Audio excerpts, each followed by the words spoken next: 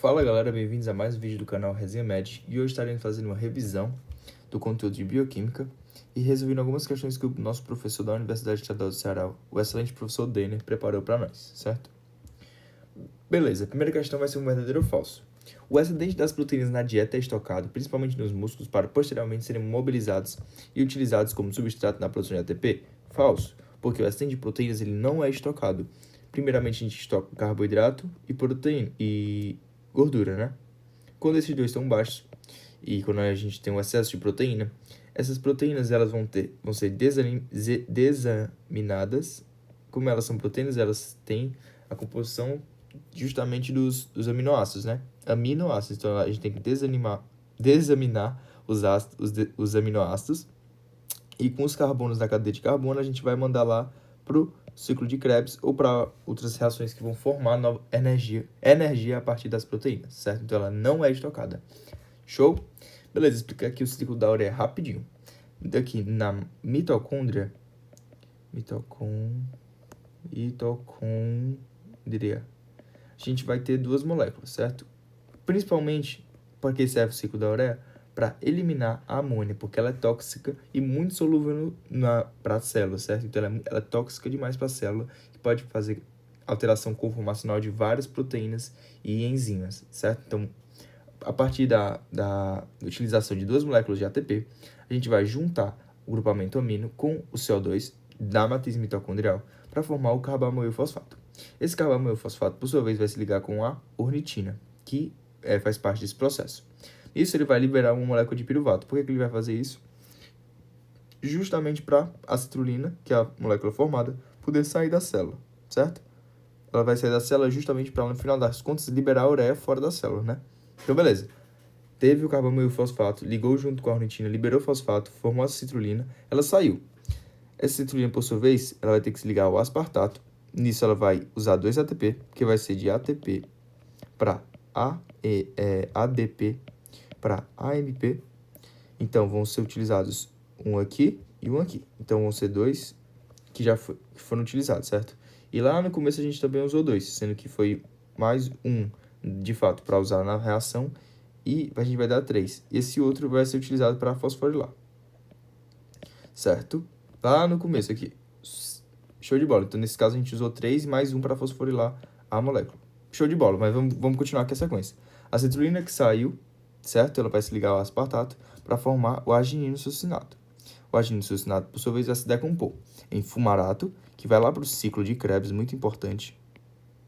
Ciclo de Krebs. E a arginina, por sua vez, vai conseguir finalmente liberar a ureia, certo? Então, ela vai se decompor em ureia e ornitina. Então, basicamente é isso. O ciclo da ureia serve justamente para você liberar a amônia tóxica do sangue em formato de ureia, que ela é de fato não tão perigosa para a gente e não tão solúvel. E nisso a gente usa várias reações, mas reações até que simples, e utiliza ATP. Então, ela não é algo sustentável. Ela é feita justamente por meio da energia para tirar essa molécula tóxica da célula, certo? Show de bola. Vamos para a próxima. Onde reside a maior reserva de triacilgliceróis? Nos ácidos graxos, né? A gente sabe justamente que a grande reserva energética está nas ligações e no poder químico que os ácidos graxos têm nas suas longas cadeias de carbono, certo? Glicemia baixa é uma das razões para o aumento da degradação das proteínas no músculo. Tá certo, né? Porque, uma vez que a glicemia está baixa, nosso organismo vai poder usar dos carbonos que existem nas proteínas para poder gerar novas moléculas de glicose, certo? Show de bola. Então, vamos estar explicando aqui a imagem rapidinho. Essa imagem aqui é da imagem que explica a síntese de ácidos graxos. Síntese de ácidos graxos. O que é que isso significa, né? Significa que a gente vai formar moléculas a partir de outras moléculas. E para a gente ter a síntese de ácido graxo, a gente precisa de 3 moléculas. O malonil-CoA, o acetil-CoA e o NADPH, certo? Essas 3 moléculas vão estar fazendo muito parte desse ciclo. Então, beleza, esse ciclo vamos dividir aqui no meio, porque é a mesma coisa no lado do outro, certo? Vamos analisar só esse ladinho aqui. Primeiro, a gente vai ter que juntar, esse passo é muito importante, né? A gente aproxima essas duas moléculas, tanto o acetil-CoA quanto o malonil-CoA, na proteína chamada MAT, certo? Na enzima chamada MAT. Então, por meio dessa... E quem é que faz, né, essa translocação dessas moléculas? É justamente a ACP, né? A proteína carregadora de acila. Então, ela vai estar juntando o malonil-CoA e o acetil-CoA, mas não quimicamente, ela vai estar aproximando eles. O MAT, por sua vez, com essas duas enzimas, com essas duas moléculas já perto uma da outra, o malonil e o acetil, vai mandar para o KS, certo? Que é justamente a sintase. Então, ele vai juntar essas duas moléculas. E como dá para ver, essas duas moléculas têm carbono. Então, a gente vai estar produzindo uma molécula com maior número de carbonos. Ou seja, maior número de carbonos, maior ligação entre carbonos, maior energia. Então, é por isso que a gente vai precisar fazer a síntese de ácido graxo. Então, beleza. O ACP trouxe as moléculas de malonil-CoA e acetil-CoA juntas até o MAT. O MAT enviou até o KS e esse S vem de síntese. Então, juntou as duas. Depois ele vai sofrer um processo de redução. Toda vida quando você ouvir redução, significa que está usando um NADPH. Então, beleza. Aqui vai usar o NADPH para fazer uma redução do KR de R de redução. E, beleza. Aí, depois da redução, a gente vai ter uma desidratação para justamente formar a ligação que vai poder gerar justamente esse composto final, que é o ácido graxo mais prolongado. E da hidratação, a gente vai ter a redução novamente. Então, segue essa sequência. Aproxima as duas moléculas no acetil-CoA, quer dizer, no MAT. Depois a gente vai juntar elas para gerar uma molécula maior com mais carbonos. Depois vai ter uma redução para poder formar esse potencial para de fato fazer a interação química entre elas. Depois vai ter uma desidratação. E por fim, vamos ter uma redução de novo. E toda vida quando tiver redução, a gente vai estar usando o NADPH. Show? Então, a cada ciclo, a gente vai estar gastando 2 moléculas de NADPH para formar um ácido graxo maior, a partir do malonil e do acetil-CoA. Em que local ocorre a síntese de ácidos graxos, certo? Então, como dá para ver, né? A síntese de ácidos graxos ocorre na mitocôndria. Entretanto, no citosol. Entretanto, para não confundir, a mitocôndria a gente vai ter a beta-oxidação, que é justamente o contrário. Ela vai consumir os ácidos graxos que foram produzidos, certo? Mas só para revisar, beta-oxidação, mitocôndria, síntese de ácido graxo no citosol, através dessa proteína que eu acabei de mostrar. Vamos lá, verdadeiro ou falso? No músculo, os grupos aminos, nitrogênio e amônio, podem ser transferidos para o piruvato, formando alanina. Essa alanina viaja pelo sangue até o fígado, onde o grupo amino é removido para a formação de ureia. Verdadeiro.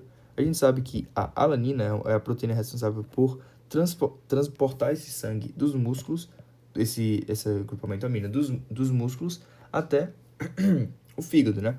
Entretanto, no cérebro, nosso sistema nervoso, como o glutamato ele é um importante neurotransmissor, quem vai fazer isso não vai ser a alanina. Pode ser também, mas quem vai fazer principalmente vai ser a glutamina.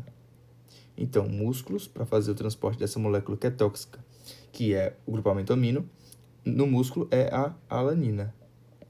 No cérebro, quem faz é a glutamina, certo? Show de bola. Então, beleza, não pode ficar no músculo, tá certo essa afirmação. Justamente o que eu acabei de falar, né? A proteína, o grupamento amino, nesse caso aqui o amônio, né?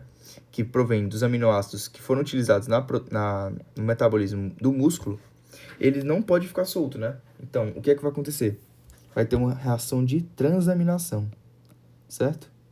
Transaminação. O que é que significa isso? Mais uma vez, o grupamento amônio ele não pode ficar livre no músculo, não pode ficar livre porque ele é tóxico, ele é muito reagente, ele pode mudar o pH muito fácil. Então, uma forma que o Deus encontrou de conseguir transportar é justamente fazendo uma transaminação, ou seja, o piruvato ele vai reagir com o glutamato.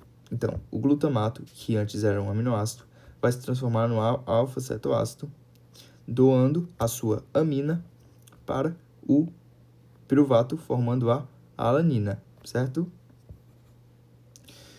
Show de bola. Então, isso aqui é por meio da enzima TGP. Show? Ela vai transaminar o glutamato em piruvato. Show de bola? Então, o que acontece? O glutamato ele doa seu grupamento amino para a alanina e o piruvato recebe o piruvato é transformado em... Perdão. O glutamato ele doa seu grupamento amino para o piruvato, que se torna uma alanina, E ele, por sua vez, recebe o grupamento cetona e se transforma no alfa-cetoácido. É isso que é a transaminação. Ele é feito pela proteína pela enzima TGP, né?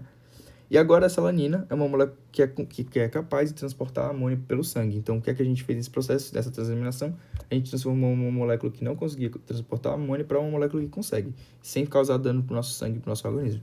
Então, essa molécula vai voltar para o fígado, onde ela vai sofrer de novo uma transaminação e vai voltar a ser o que era antes. O glutamato, o alfa-cetoglutarato do fígado vai ser transformado em glutamato e a alanina vai ser transformado de novo em piruvato para formar novas moléculas de glicose, certo? E esse glutamato, agora com a amônia, né, ele vai liberar a amônia no fígado para poder fazer o ciclo da ureia, porque nos músculos não tem como fazer o ciclo da ureia, senão já podia fazer esse ciclo lá. Só no fígado que o ciclo da ureia faz, certo? Mais especificamente em algumas partes na mitocôndria e algumas outras partes no citosol, que a gente acabou de mostrar. Bom, vamos lá. Qual enzima catalisa a conversão do acetil-CoA em malonil-CoA? Acetil-CoA carboxilase. Esse complexo do acetilgraxo sintase é justamente o FAS, aquela molécula lá que eu mostrei com vários domínios, certo?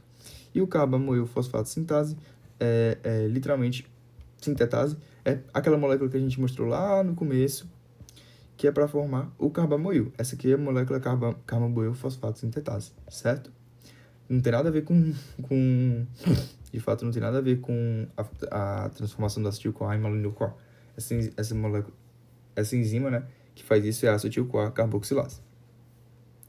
Vamos lá, verdadeiro ou falso? O piridoxidal fosfato, PLP, derivado da vitamina B6, é grupo prostético das transaminases que irão catalisar a transferência de grupamina? Exatamente.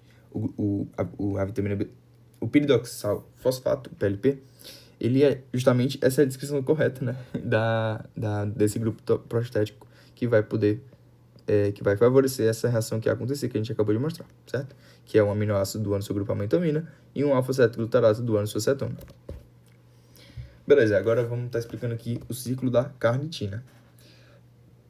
Não é bem um ciclo, né? A gente vai ter o grupamento acil-CoA aqui. O acil-CoA, por sua vez, ele não vai conseguir, que é basicamente o precursor do ácido graxo, ele não vai conseguir passar para chegar até a membrana, até a mitocôndria, onde ele vai ser consumido na beta-oxidação. Então, o que é que acontece? A carnitina, ela vai ser basicamente uma balsa. Ela vai trazer de um canto para o outro e não vai ser consumida no final. O que é que ela vai fazer?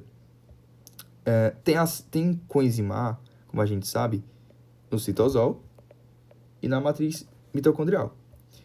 Então, a carnitina, ela vai tirar o acetil-CoA daqui, vai se ligar ao acil, então ela vai entrar para dentro ela vai entrar no espaço intermembrana junto com o acil. Então, o acil vai andar de mãos dadas junto com a acetil-carnitina, cartina, foda-se, vai ficar assim mesmo. E quando a gente consegue fazer por meio dessa enzima aqui, né, carnitina acetiltransferase, ele vai entrar, e aí o acil-carnitina vai estar no espaço intermembrana, e vai ter um transportador que vai trazer ele de volta. Quer dizer, que vai trazer ele para a matriz. Então, tirou a coenzima A do acil, o acil conseguiu entrar através da carnitina, e agora o acil-carnitina vai entrar dentro, mais uma vez, redundantemente, na matriz mitocondrial. Então, agora aqui vai ter o acil-carnitina. E por que essa carnitina está aqui ainda? Não é para estar aqui. Então, como tem coenzima A dentro e fora, essa carnitina vai conseguir sair da molécula para dar lugar a outra coenzima A. Então, o que a gente fez? A gente voltou a carnitina, para espaço intermembrana da mitocôndria e a gente conseguiu translocar o grupamento acil e o grupamento CoA juntos. De fato, não é a mesma coenzima A, mas é a mesma molécula final, certo? Como dá para ver, teve uma CoA que ficou lá no final, que ela saiu para dar lugar justamente à carnitina, para o acil-CoA poder entrar na molécula, poder entrar na matriz mitocondrial, e quando ela entrar na matriz mitocondrial, ela vai tirar a carnitina de novo, a carnitina vai voltar, e a coenzima A que está presente dentro da matriz vai se ligar ao agrupamento acil-CoA para poder dar início justamente a beta-oxidação e formar energia dentro da mitocôndria, por meio dos ácidos graxos. Vamos lá. A proteína ACP, proteína carregadora de acila, está associada a qual processo? Como eu disse, a ACP ela é justamente aquela proteína que vai trazer o grupamento, o malonil e o acetil juntos. E ela vai andar junto com esses grupamentos e com as fusões deles no futuro, certo? Então ela está envolvida em quê? Síntese de ácido graxo. Ah, só um detalhe que eu acabei não comentando. O TE, que é a tioesterase, vai ser a enzima responsável por cortar, no final das contas, toda a molécula final. Então, a gente sabe que a gente vai formar, cada vez nesse ciclo, a gente vai juntar mais duas moléculas. Mas, no final de tudo, vai ter que ter uma enzima que corte essa molécula para não acabar não continuando esse processo de formação. Então, basicamente é isso. Eu tinha esquecido de comentar sobre isso. Mas preste atenção no vídeo, que é bem completinho, beleza? Então, a ACP está relacionada à síntese de ácido graxo. Verdadeiro ou falso? O ciclo da ureia ocorre de forma completa nos hepatócitos? Falso. A gente acabou de ver lá no começo, né? Deixa eu voltar aqui mais uma vez. A gente acabou de ver que muitas etapas acontecem na mitocôndria, mas também quando a acetilolina sai, depois que é formada junto da fusão do carbamoil fosfato com a ornitina, ela sai e ela vai para o citosol. Então, nem todas as etapas acontecem na mitocôndria dos hepatócitos. Isso é falso. Então, aqui é fake. Explica a imagem, né? Beleza, se eu não me engano, o professor ele só pediu para explicar para que servia, né? E, basicamente, a lançadeira malato espartato, ela serve para poder levar os elétrons do NAD para fora. Então, ele serve para gerar esse gradiente de energia e também não deixar muito acumulada a energia dentro da célula. E ela também fornece energia para que o ciclo da ureia aconteça. A lançadeira malato espartato, ela serve também para isso. Por quê? Porque, como a gente viu, né? O ciclo da ureia, ele gasta ATP, ele é algo que precisa acontecer para tirar a toxicidade da célula. Então, não é algo espontâneo, é algo que necessita de ATP.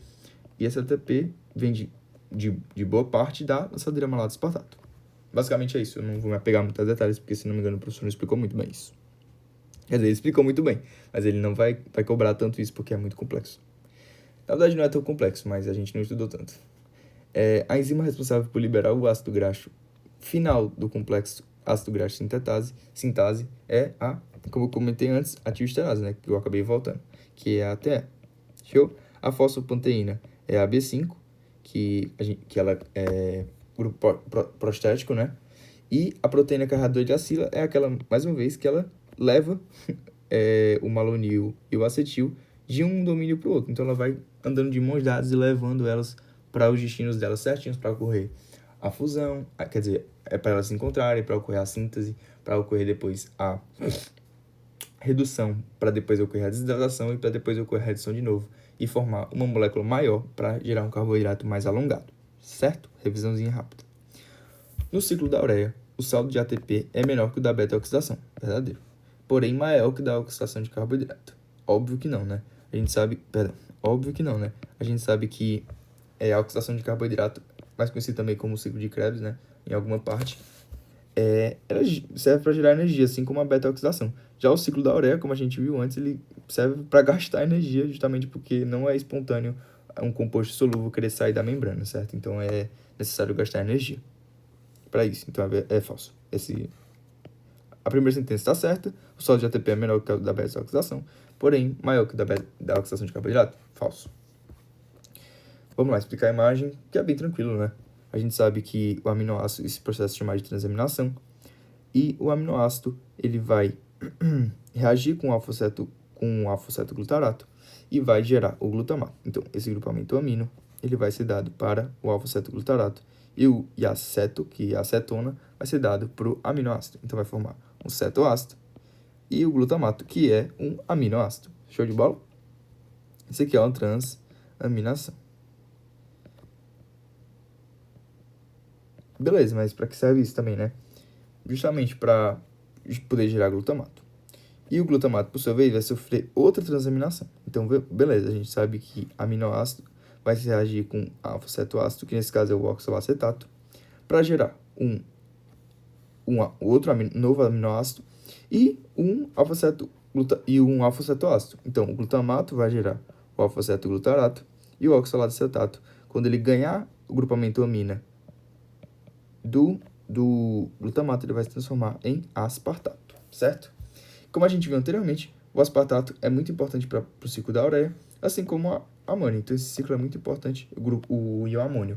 Então, é muito importante essa transaminação, que é por meio da proteína TGO, da proteína também, mas da enzima TGO, para a formação da ureia. Show de bola?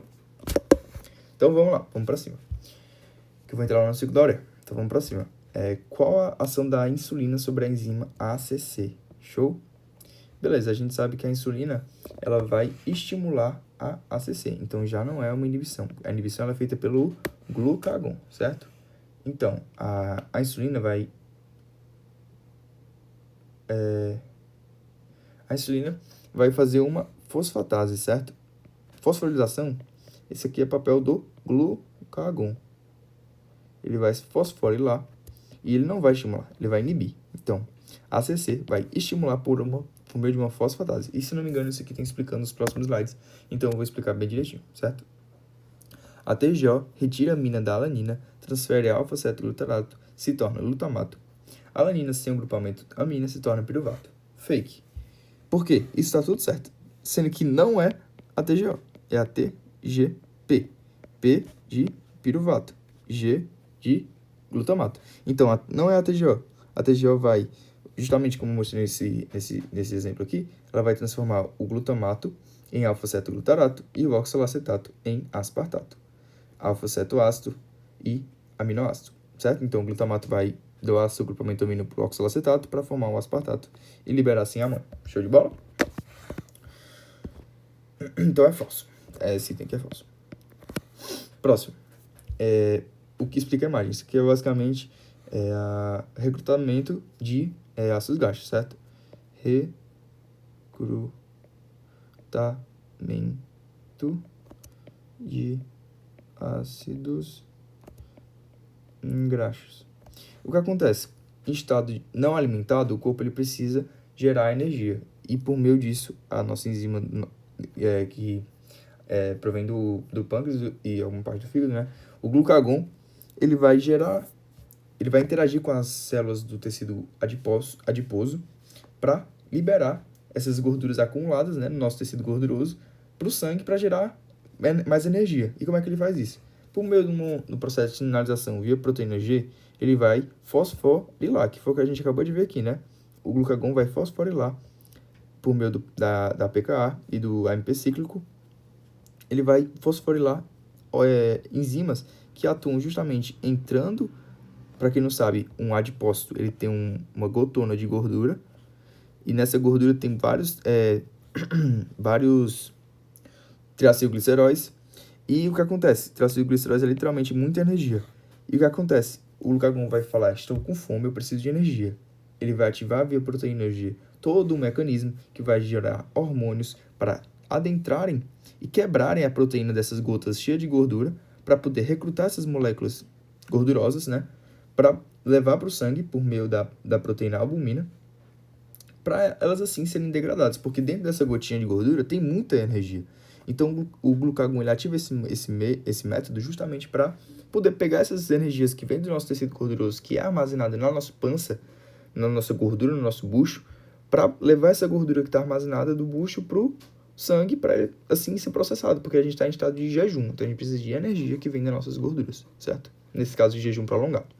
E é justamente por meio da fosforilação promovida pelo glucagon que promove hormônios que quebram essa gotinha de gordura e chegam intrinsecamente nessa gotinha e começam a recrutar os ácidos graxos. E por meio da albumina, a albumina pega esses ácidos graxos que, por serem hidrofóbicos, elas não conseguem se solubilizar no sangue, né? Então, a albumina, que é uma proteína, vai ser responsável pela transmissão dessas gorduras pelo sangue, sem nenhum tipo de preocupação, certo? Então, beleza. Quantos ciclos de beta-oxidação são necessários para a completa oxidação do ácido oleico, certo? A gente sabe que para o produto final, né, tem que ser com 2 carbonos. Então, 18 menos 2, 16. Então, a gente vai precisar fazer 16 vezes. Quer dizer, perdão, a gente vai precisar justamente de 16. Como é que eu explico isso, né? Se a gente tem... Perdão, me confundi aqui. A gente tem Na verdade, é válido, né? É válido. A gente vai... Esse é um bizuzinho. Para você saber a quantidade de ciclos necessários, você subtrai de 2, que é justamente a quantidade final. Então, a gente vai ter no intermediário 16 intermediários. Sendo que a cada ciclo, a gente vai ter justamente que consumir 2 na beta-oxidação. A gente vai ter que consumir 2 por ciclo. Então, a gente vai ter um total de, se eu não me engano, 8 voltinhas no ciclo, certo? Exatamente isso. Show de bola? Mais uma vez. Cada beta-oxidação a gente tira 2 carbonos para poder gerar energia. Então, tirando... E no final sobram 2. Então, a gente vai precisar, de fato, de tirar 16 carbonos. Então, se a gente tira 2 carbonos de cada vez, 16 dividido por 2, 8. Show de bola, é isso mesmo.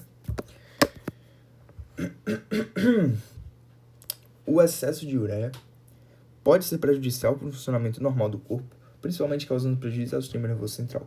Por essa razão, o fígado converte ureia em amônia. Fake, né? A gente sabe que é justamente o contrário. É a amônia que é prejudicial para o funcionamento do sistema nervoso. E por essa razão, o fígado converte amônia em ureia. Show de bola? Então, beleza, vamos para a próxima. Basicamente, aqui a gente está falando a gente está falando aqui da formação do malonil-CoA, que ele vem justamente do acetil-CoA, e por meio da ACC, acetil-CoA carboxilase, que é essa grande enzima aqui, certo? Então, primeiramente, a gente vai ter que essa proteína, essa enzima vai se ligar com o bicarbonato, ou o CO2, né? Na verdade, é com o bicarbonato mesmo, porque ele tem carga. E o bicarbonato vai interagir com essa enzima, mudando a conformidade dela, para deixar ela acessível ao acetil-CoA. Uma vez que o acetil-CoA se liga, como eu disse, teve que se ligar anteriormente ao bicarbonato. Então, vai ter um grupamento aqui, certo? Então, beleza. Uma vez que... Aí tem a biotina também, certo? Uma vez que o acetil-CoA consegue se ligar nesse sítio chamado transcarboxilase, justamente da proteína ACC, a gente vai ter a formação do malonil-CoA, que é um precursor importantíssimo que inibe a beta-oxidação de carboidrato e a beta-oxidação de ácidos graxos e promove a síntese de novos ácidos graxos, beleza? Show de bola. Então, só para revisar aqui, a ACC, essa proteína gigante, a acetil-CoA carboxilase. E para que ela serve? Ela serve para gerar malonil-CoA. E ela gera malonil-CoA ao liberar esse grupamento para o acetil-CoA, certo? E uma enzima que é um grupo prostático é a biotina, certo? Que é uma vitamina. Show de bola? Então, quais aminoácidos a seguir estão em maior concentração no sangue? Para esse modelo, lembra do metabolismo dos aminoácidos. Justamente a alanina e a glutamina, certo? A gente sabe que eles são responsáveis justamente por transmitir os aminoácidos no sangue, quer dizer, como é o nome, velho? O grupamento amino no sangue, e eu acredito que eles estão em maior concentração, certo? Embora o ciclo da ureia consuma ATP, parte desse custo energético é recuperado graças à conexão com a lançadeira malato-aspartato. Sim, foi justamente isso que a gente explicou naquele slide só para a lançadeira malato-aspartato. Explica a imagem. Mais uma vez, o íon amônio livre é tóxico para o nosso corpo, então ele precisa de meios para ser transportado. Então, a gente vai ter nos músculos a alanina, que eu já mostrei anteriormente, e no cérebro a glutamina, que eu também mostrei naquele esqueminha que eu estava falando justamente sobre esse transporte da amônia, certo? Show de bola, então. Após a remoção dos grupos aminos, os esqueletos de aminoácidos sofrem a oxidação capaz de entrar no ciclo do ácido cítrico. Toda ligação de carbono vai ser aproveitada, então a gente não vai degradar eles nos lisossomos e eles não vão ser convertidos em ureia. Quem vai ser convertido em ureia é o próprio grupamento amônio, certo? Então, os esqueletos de carbono vão sofrer oxidação, justamente para a gente conseguir extrair essa energia da ligação do carbono para gerar mais energia para o nosso corpo, capaz de entrar no ciclo do ácido cítrico, mais conhecido como ciclo de Krebs. Show de bola? Então, vamos para a próxima. O glutamato sofre oxidação através de glutamato desidrogenase, que utiliza tanto o NAD+, quanto o NADP+. Exatamente, show de bola, exatamente isso. O glutamato ele tem que sofrer oxidação justamente para para liberar o íon amônio, certo? No fígado. Aqui ele botou até uma fotinha. Explica aí mais. Beleza, vamos lá. Muita coisa. Você tem que esticar aqui os braços, beleza. Mas o que essa imagem fala, ela não é tão difícil assim de entender. A gente só vai ter que entender uma coisa importantíssima, que é o malonil-CoA, o estado alimentado e o estado de jejum, certo? Então, beleza. Primeiro, vamos entender uma coisa. O malonil-CoA, ele inibe a oxidação de ácidos graxos. Então, ele inibe a geração de energia. E o que é que ele promove? O malonil-CoA, a síntese de novos ácidos graxos. Então, o malonil-CoA, ele promove justamente a síntese de ácidos graxos, então ele promove a retenção de energia. Uma vez que a gente está alimentado, o que é que você acha que tem que acontecer? A gente tem que reter energia ou a gente tem que oxidar energia? Oxidar ou gerar energia, né? A gente precisa, se a gente está alimentado, guardar energia, né? Senão a gente não vai conseguir ter a nossa energia suficiente. E se a gente tiver, no caso, com a glicose baixa, ou se a gente estiver em jejum, o que é que a gente precisa? A gente precisa de energia. Então a gente precisa que ele pare de inibir a beta-oxidação. Então, perfeito. Quando a glicose está baixa, a enzima atuante é o glucagon, ele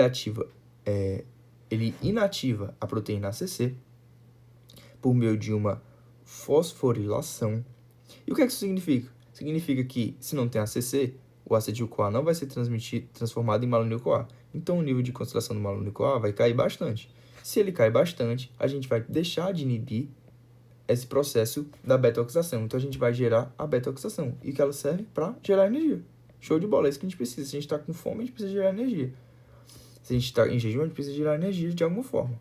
Agora, se a nossa glicose está alta, o hormônio que vai atuar vai ser a insulina, que vai atuar por meio de uma fosfatase e vai ativar o malonil-CoA. Então, se a gente está alimentado, a gente não precisa dessa oxidação dos ácidos graxos, a gente precisa fazer a síntese e guardar mais energia, porque a gente acabou de se alimentar. Show de bola? Deu para entender? Beleza, então. Vamos para a questão 31. Após os ácidos graxos serem transportados pelo sangue, que eu mostrei até naquela parte da mobilização, como é que eles são transportados? Ligados pela albumina, que ela é uma proteína que ela ajuda esses ácidos graxos a serem transportados na corrente sanguínea. Show de bola? Eles não são transportados no plasma, porque eles são hidrofóbicos e nem por meio da LDL. O fígado produz corpos cetônicos durante jejum prolongado e os utiliza como substrato energético? Falso. O fígado de fato produz corpos cetônicos, mas não utiliza como substratos energéticos, certo? Eles são desviados justamente para que ele não tem a energia tiofosforase para fazer isso, certo? Então ele vai enviar isso para o cérebro e para o músculo, por isso que tem justamente aquele problema da neurotoxicidade por acúmulo de corpos cetônicos. Mais uma vez, né? Basicamente a gente já comentou sobre isso, mas a importância da regulação da enzima acetil-CoA carboxilase, que é aquela lá que eu já falei várias vezes, a ACC, pela insulina e pelo glucagon. Na insulina, no estado alimentado, a gente vai ter a ativação por meio da fosfatase, certo? Então, a gente vai ativar essa enzima. E o que é que essa enzima faz? Ela transforma acetil-CoA em malonil-CoA. E o que é que o malonil faz? Ele promove a síntese de ácidos graxos novos, então ele serve justamente para estocar energia e para parar a produção, para parar a quebra de energia. Então, justamente isso que nós precisamos no estado alimentado. Agora, no estado de jejum, no caso do os hormônios que participam disso é o glucagon e a adrenalina, eles vão desencadear a fosforilação e vão inativar a ACC, gerando assim, então, a beta-oxidação, uma vez que o malonil-CoA não vai ser produzido, então a gente vai precisar da beta-oxidação para gerar energia, e a gente não vai produzir mais a síntese de novos ácidos graxos, justamente porque a gente não quer estocar energia, a gente quer gastar energia, então para isso a gente precisa da beta-oxidação. Show de bola? Vamos lá. Qual desses compostos possui a função de transportar ácidos graxos para dentro da mitocôndria? A gente já viu várias vezes que é a barca, né? Como se ele fosse aquele navegadorzinho do inferno, tá ligado? Que vai de um lado pro outro da margem levando os mortos. É basicamente isso. É a carnitina que faz isso, certo? Então, só para dar uma resumida de novo. Tem CoA no citosol, não tem CoA no pós-estresse mambânico e tem CoA dentro da mitocôndria, certo? Mitocôndria, citosol e espaço intermembrânico, certo? A gente vai ter o acil-CoA, o acil ligado ao CoA. Esse acil, ele vai deixar de se ligar ao CoA e vai se ligar à carnitina. Ele vai, depois de se ligar à carnitina, ele vai conseguir dessa vez entrar no espaço intermembrânico. E, mais uma vez ligado à carnitina, ele vai conseguir passar de novo para dentro da mitocôndria. Sendo que dentro da mitocôndria tem CoA, né? Como deu para perceber aqui. Então, esse acil ligado à carnitina vai deixar de se ligar à carnitina, ela vai voltar para dentro do espaço intermembrânico e voltar também para o citosol. E esse acil agora vai se ligar à coenzima A. Então, a gente vai ter acil ligado à coenzima A no começo e acil ligado à coenzima A no final. Então, ótimo. O acil-CoA conseguiu passar para dentro da mitocôndria, onde ele vai ser sofrido o processo de beta-oxidação para gerar energia, porque o acil-CoA é o precursor e ele vem dos ácidos graxos, certo? Show de bola. Na formação de carbamoil fosfato, ocorre o gasto de 2 ATP. Show de bola, né? A gente viu lá no começo que para o carbamoil fosfato ser gerado, ele precisa justamente do CO2 e do NH3, né? E para isso a gente viu que existe uma enzima, que é a carbamoil fosfato sintetase, que ela vai gerar 2 ATP. Primeiro, para que essa reação ocorra. O primeiro ATP vai ser para ocorrer a reação, porque ela não é espontânea. E o segundo vai ser para manter esse composto dentro da mitocôndria, certo? Então, o segundo ATP vai ser para fosforilar, que significa deixar na mitocôndria para ele não se escapar e sair da mitocôndria. Então, basicamente é isso. Primeiro ATP para ocorrer a reação e segundo para deixar ele na mitocôndria. Show de bola, tá verdadeira essa afirmativa. Então, vamos para a próxima. Bom, 36, né? Pelo que eu me lembro, eu fiquei responsável por explicar essa imagem e eu não consegui explicar direito. Então, agora vai ser minha chance de explicar. O que acontece, né? Ele me perguntou por que esse citrato, nesse caso, ele sai. Bom, aqui a gente vai estar no estado alimentado. Então, aqui dentro vai estar um gradiente energético muito alto devido a, como eu já disse, estar no estado alimentado. Então, esse estado alimentado promove um ciclo de Krebs intenso. Então, vai ter uma energia muito forte dentro da mitocôndria. E essa energia muito forte, ela vai desativar uma enzima chamada É a enzima responsável pela transformação do isocitrato para o citrato, certo? Essa enzima, devido ao gradiente de energia, ela vai se dissolver, ela não vai conseguir ser ativada. Então, esse citrato vai acabar se acumulando, certo? Porque não vai conseguir se transformar em isocitrato. Uma vez que esse citrato se acumula, a célula quer se livrar dele. Então, ela manda o citrato para fora, justamente para ele ser clivado em acetil-CoA e oxalacetato. E tem alguma coisa melhor do que acetil-CoA? Não, né? Acetil-CoA ele vai direto para a síntese de ácido graxo para estocar energia, porque, mais uma vez, estamos no estado alimentado. Então, a gente tem que, na verdade, estocar a energia, certo? Então, acetil-CoA vai levar para a síntese de ácidos graxos e o oxalacetato vai poder fornecer o NADPH, que é importantíssimo também para a síntese de ácido graxo, como a gente viu anteriormente, porque é ele que faz as etapas de redução no Fat Acid Synthase Complex, que é basicamente complexo de formação de ácido graxo, né? Então, é NADPH que a gente precisa, de acetil-CoA e de malonil-CoA, certo? Mais uma vez, o citrato ele se acumula devido ao grande energia dentro da mitocôndria, devido ao estado alimentado. Essa grande energia, ela inibe a isocitrato, que é a formação do isocitrato.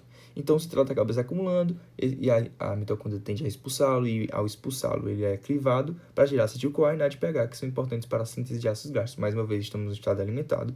Então, a síntese de ácido graxo é importantíssimo para estocar essa energia e para que ela não seja gasta toda de uma vez, certo?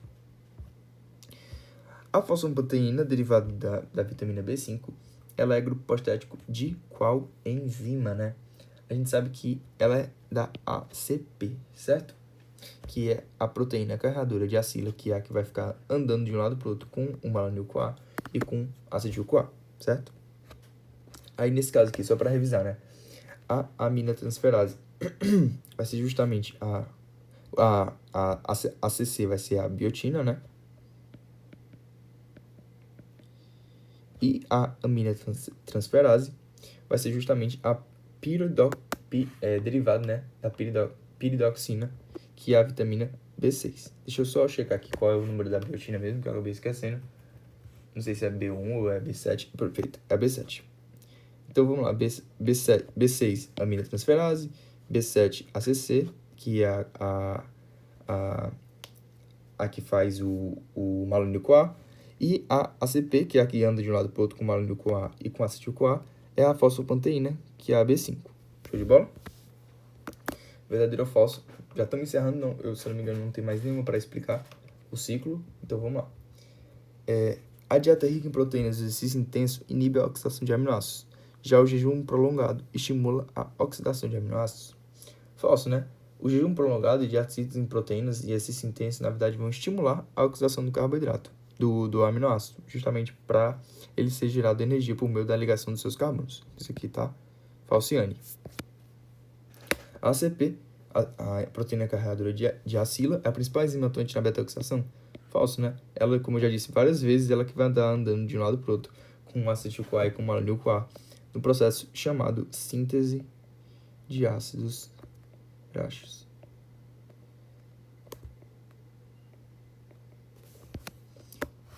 Na síntese de ácidos graxos são utilizados NADPH, malonil-CoA e acetil-CoA. Quantas milhões de vezes eu já não falei isso nessa aula? Nessa correção aqui? Sim, é isso mesmo. O NADPH para fazer a redução, o malonil-CoA e o acetil-CoA para eles se fundirem e gerar uma molécula maior. Show de bola. 41. O excesso de energia na mitocôndria inibe a isocitrato desidrogenase e acumulando citrato na mitocôndria. Verdadeiro. Foi isso que a gente falou aqui naquele slide. Eu estava tentando lembrar o nome dessa enzima, mas tá aí. Isocitrato desidrogenase. É exatamente isso que aquele slide estava pedindo. 42. O malonil estimula a oxidação de ácidos graxos, intensificando o transporte de ácidos graxos para a mitocôndria. Na verdade, é o contrário, né? Ele inibe a oxidação de ácidos graxos e ele estimula justamente a formação de ácidos graxos. Então, é o contrário, né? Ele não estimula a quebra de ácidos graxos, ele estimula a formação de ácidos graxos, que ele pode ser influenciado tanto pelo glucagon quanto pela insulina. E, por fim, para acabar, os corpos cetônicos começam a ser produzidos devido ao acúmulo de acetil-CoA. Exatamente isso, né? No jejum, o excesso de acetil-CoA, né, que vem da quebra da gordura, não consegue entrar mais no ciclo de Krebs, né, pelo todo o oxalacetato já ter sido consumido, e na verdade ele é desviado para formar corpos cetônicos e ser enviado tanto para os músculos quanto para o cérebro. Então, essa aqui tá verdadeira. Muito obrigado, galera, por mais essa videoaula de revisão, e tamo junto, até a próxima.